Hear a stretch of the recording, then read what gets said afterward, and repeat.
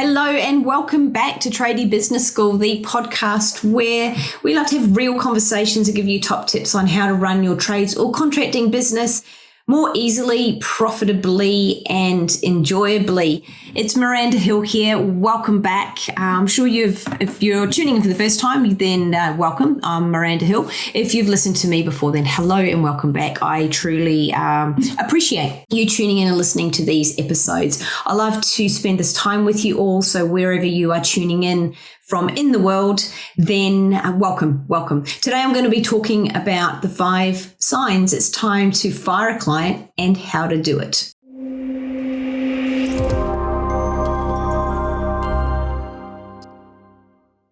Have you ever taken on a client that you've regretted? That client that you're like, geez, I wish I'd said no to that client. What a pain in the ass they are.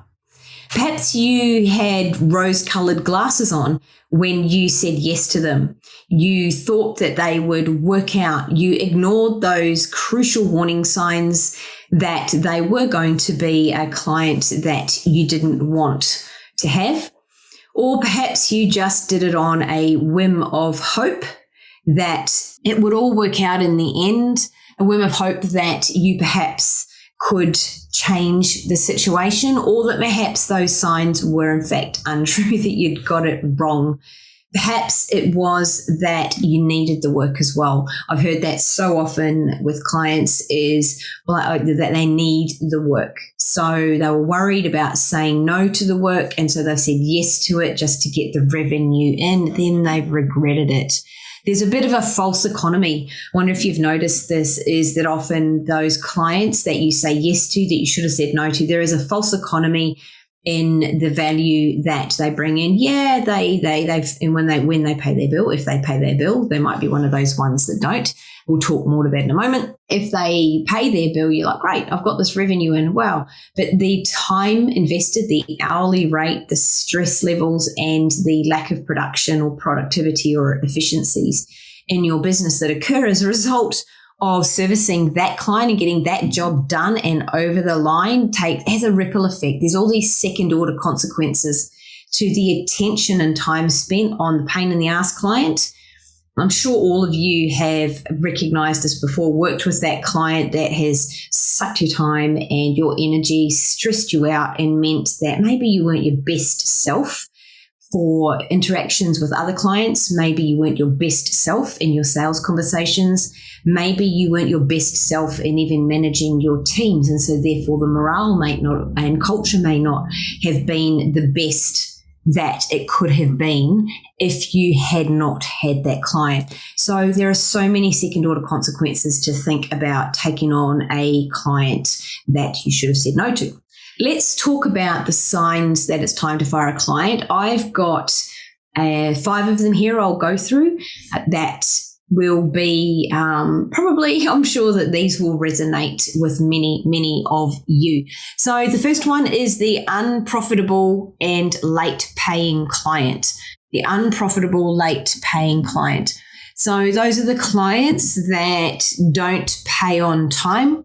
They may question their invoice. Have you ever had that one before where they start nitpicking over the invoice? It impacts cash flow, and cash flow is king in a business. It is so critical. So anyone that's questioning an invoice, not paying it on time, is jeopardizing the well-being and future of your business. A flag about these unprofitable or late paying clients are those prospects or leads or inquiries who start being finicky about your quote from the outset, asking for breakdowns. They start questioning hourly rates. If you're one of those people, business owners that put hourly rates on your invoices and you don't quote per job, you quote per hourly rate. So they may start picking apart the hourly rate on that. They're asking for breakdowns of everything. They start asking a lot of questions. They're the nitpicker or the disputer of things, or believing that they might be able to do it, or they'll question price of some kind of supply, anything like that. So you know them. They won't be a client that is profitable. The second one is the big ego. The big ego. So let me know or have a think about this one if this one lands with you. I'm sure that many of you out there have encountered a big ego client. They're the ones that question your advice and or your recommendations, the ones that think that they know better.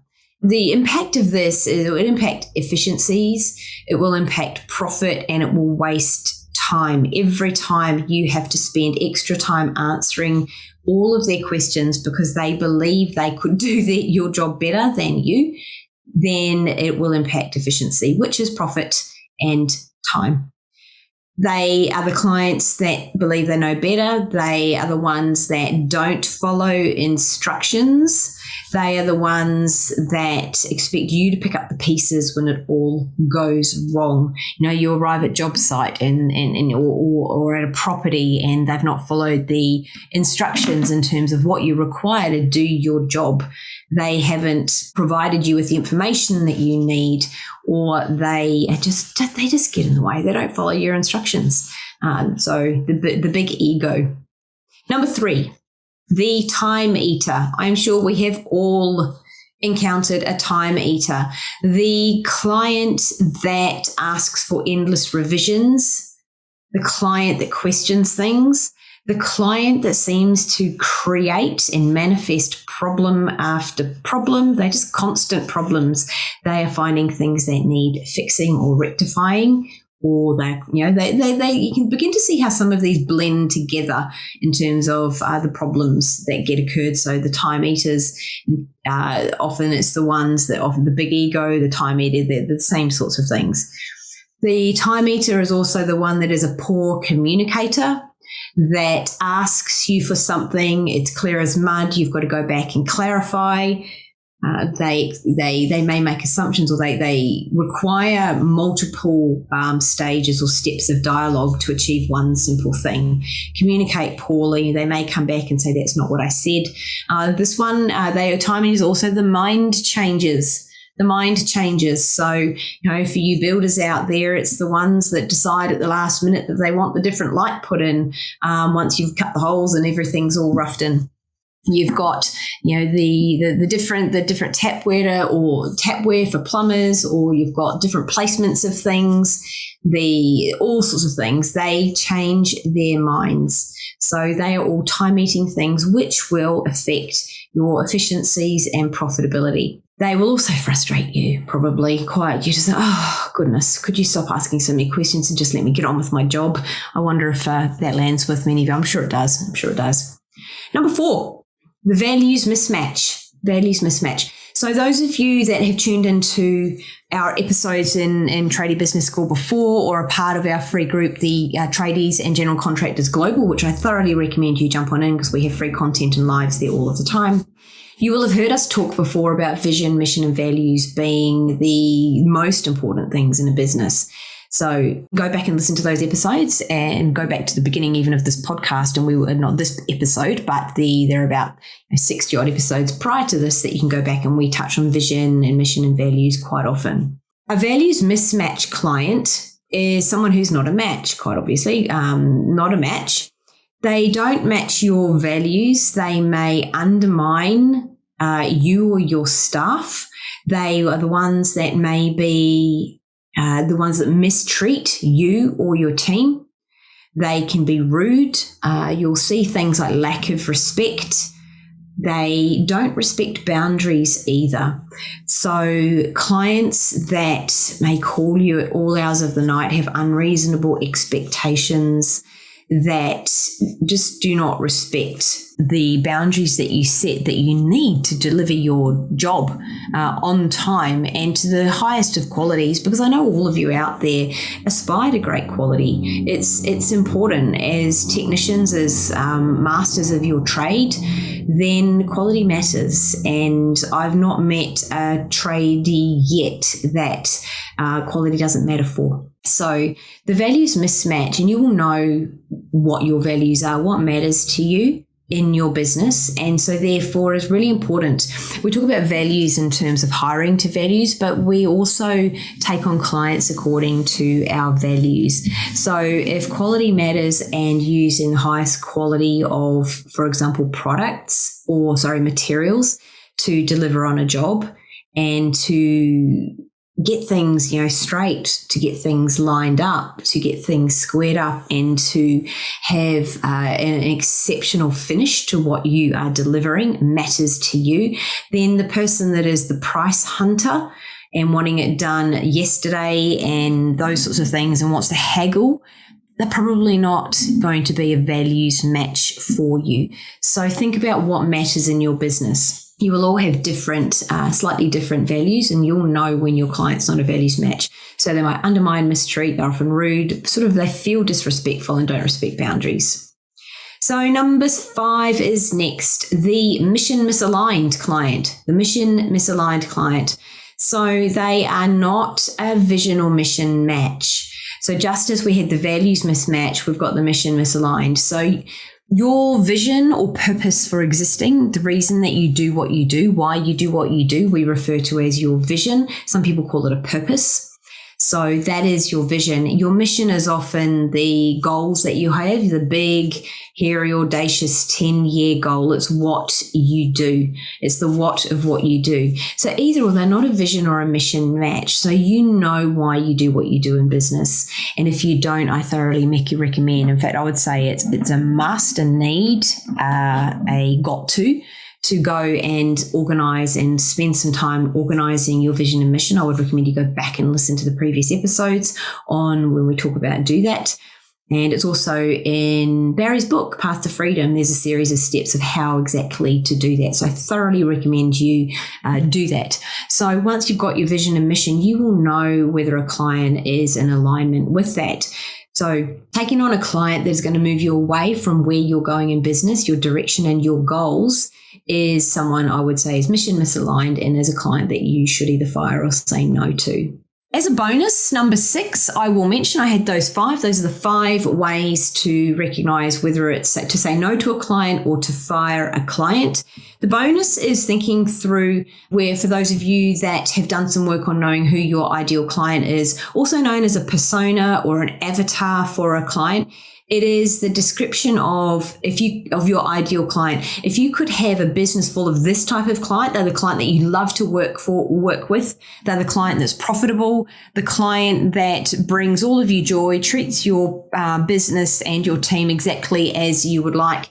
And as I said, it is profitable and enjoyable. Your ideal client.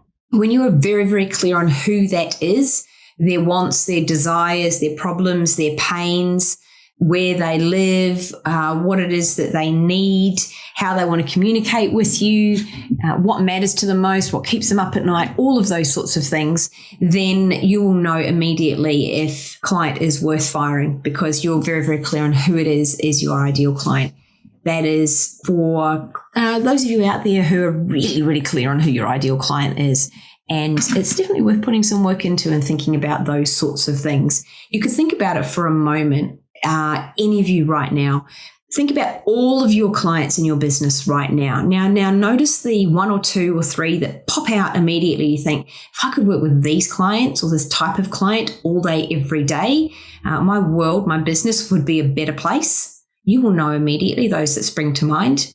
Then if you analyze those 2 to 3 clients and notice what it is about them, everything about them, then you will know who your ideal client is. And you might want to merge those 2 or 3 into one person. It may be one client. You think, if I could have this client all of the time, that'd be great. But you can kind of merge in your mind 2 to 3 together to create one person. So there we go.